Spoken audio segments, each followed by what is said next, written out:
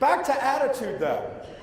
Stanford did a study that 87.5% of our success is derived from our positive attitude.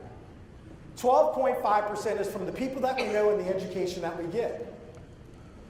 I hear speakers say all the time, and authors, attitude is everything. They're dead wrong. Attitude is the most important thing. Attitude is what drives cultures, what drives success within organizations. As I train companies around the country, it comes from the top, the leadership. I can tell when I walk into an organization just by the way they greet me, by the way they answer my questions, by the way they talk to me, I can tell the attitude of their leadership. I can tell the culture within what they have. Now, Webster states that attitude is the way we think or feel about someone or something. I think it's more than that. I think it's about being strong-minded. I think it's about being inspirational. I think it's about being responsible, dedicated, and disciplined on the success that you want to get.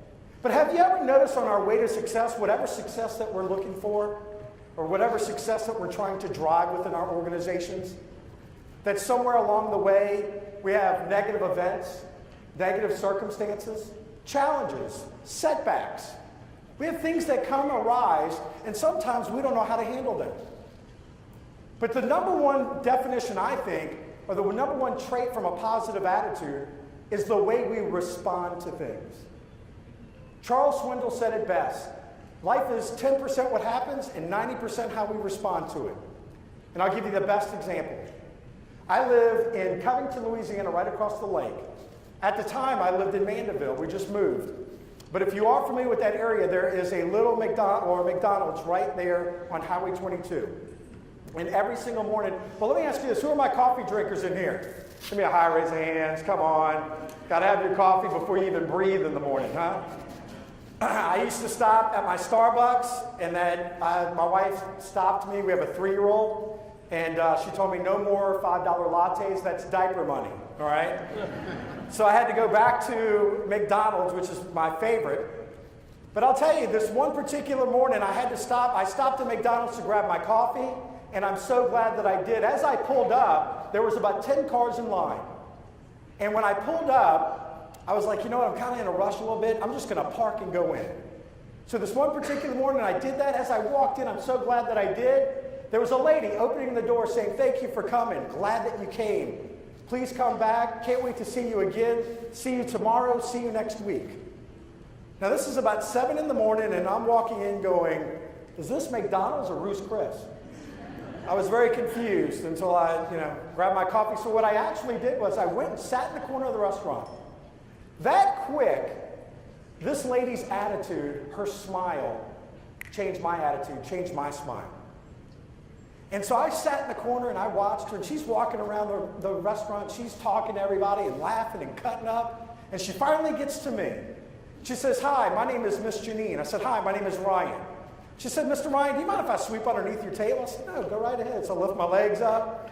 And I said, you've got a great attitude today. What's going on? She said, God's got me on this great green earth and everything's going great.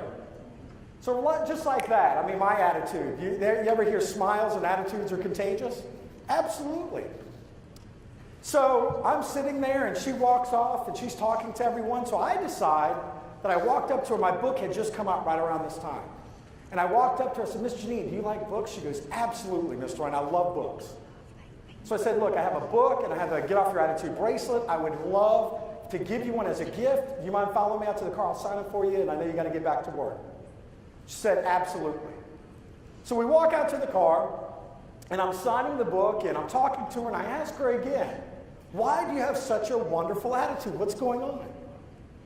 And I'll tell you, she gave me some answers that I wasn't ready for. First, she tells me that she left her husband after 20 years. He verbally, physically, and mentally abused her. But she's just started her new job. She opened up her first checking account and just bought herself a new car. And I'll tell you, I started to really tear up. I'll be honest with you. I was kind of going, oh my gosh.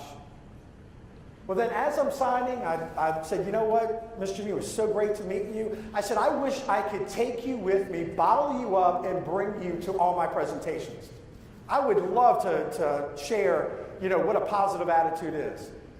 And she gave me 2 more answers that I wasn't ready for as well. We got to talking a little bit more, and she says, well, Mr. Ryan, I can't read, but I'll have someone read your book to me. Then she tells me that she lives in the car that she just bought. Could you imagine living in your car? I know that I couldn't. See, I share that story with you because that is what a positive attitude is about. It's about taking what life throws at you and responding with a positive manner, right? How many of you, and please don't point, but you work with someone and they stub their toe and they've got to talk about it for 3 hours when they get to the office, right?